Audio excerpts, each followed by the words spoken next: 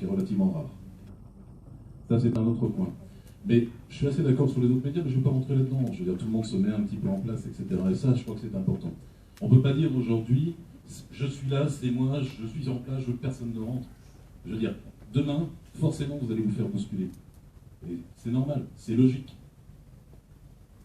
Je n'y peux rien, je vous en veux pas plus que ça, je suis ravi souvent de travailler avec vous tous. Mais demain, vous ferez bousculer, peut-être pas par nous seulement, par d'autres personnes qui auront également la même envie. La même envie de se retrouver dans le domaine de l'information, qui auront la même envie de communiquer avec leurs lecteurs. La grosse différence que vous avez et que nous avons par rapport à vous, c'est que vous parliez tout à l'heure d'une scène, d'un débat où tout le monde se retrouve. Chacun est ensemble. La télévision, soi-disant, un débat. Non, non, c'est pas ça un débat. Un débat, c'est Internet. Parce qu'on peut effectivement parler avec les autres personnes, quand on peut s'exprimer, quand on peut répondre, quand on peut se faire agresser. Et répondre aussi intelligemment. Parce que c'est pas seulement de l'agression. Le débat, c'est pas seulement quelque chose de statique, c'est quelque chose qui évolue. Et la parole aujourd'hui, la grosse différence entre les médias de demain et ceux d'aujourd'hui, c'est que les médias de demain, c'est vous. C'est pas nous. Je veux dire, ces médias-là, ils vivent uniquement grâce à vous. C'est la vraie différence, elle est là. C'est-à-dire que chacun peut intervenir. On peut vérifier ou pas les sources, mais je veux dire, le dialogue existe. Ils ont l'impression d'exister. On ne leur donne pas quelque chose à manger. Uniquement à manger, voilà, paf. On vous a dit ça, ça y est, c'est parole d'évangile. Non, aujourd'hui, ils peuvent dialoguer, ils peuvent évoluer, ils peuvent critiquer, et ils peuvent permettre d'arriver sur un autre média. C'est celui-là. Pardon, je suis désolé. 3 personnes ont demandé la parole. On va d'abord sortir un tout petit instant de la fosse pour remonter et prendre un peu de hauteur pour entendre l'avis de nos historiens sur les questions qui ont été évoquées depuis le début. Rapidement, Luc Steinmetz et puis Ismet Kurtovic. C'est pas vraiment un avis, c'est juste une précision de manière à ce que les choses, à mon avis, soient bien claires. Tout à l'heure, j'ai entendu une dame là qui avait l'air d'assimiler, enfin je me suis peut-être trompé, hein, d'assimiler un petit peu ce qui est Internet à l'audiovisuel. Non, pas spécialement. Non, c'était sur les conditions et la manière dont on pouvait finalement faire l'info. Mais ça fait rien. D'accord, la carte. Bon. C'est le noir qui vous a impressionné. Je vais quand même. Ok.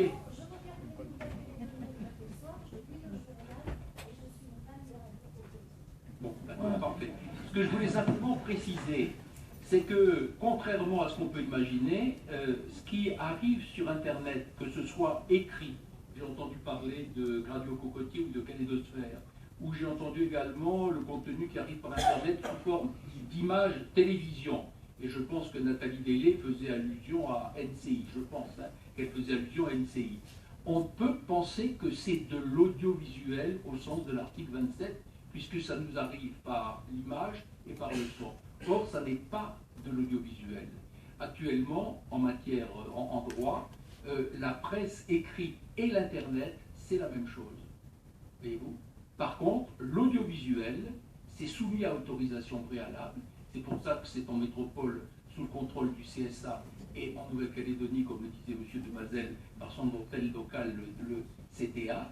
Tandis que l'Internet, la presse Internet, elle est, comme la presse écrite, non soumise à autorisation. Et cette différence, je voulais la préciser. Ismet. Allô ? Oui, je voudrais juste faire 2 remarques. Il y aura toujours 2 tendances. Il y aura ceux qui disent, qui vont dire on est incapable de prendre les médias, ça va pas être démocratique, etc., etc.